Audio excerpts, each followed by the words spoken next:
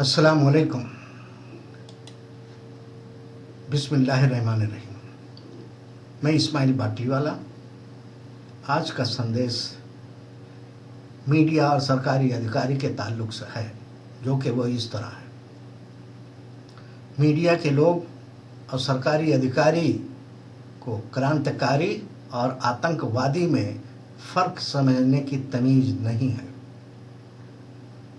कुरान लोगों को क्रांतिकारी बनाता है, इनकलाबी बनाता है और हर तरह के आतंकवाद के खिलाफ जिहाद की तालीम देता है।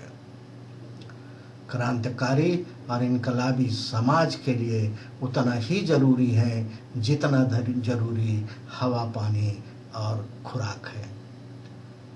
जय हिंद।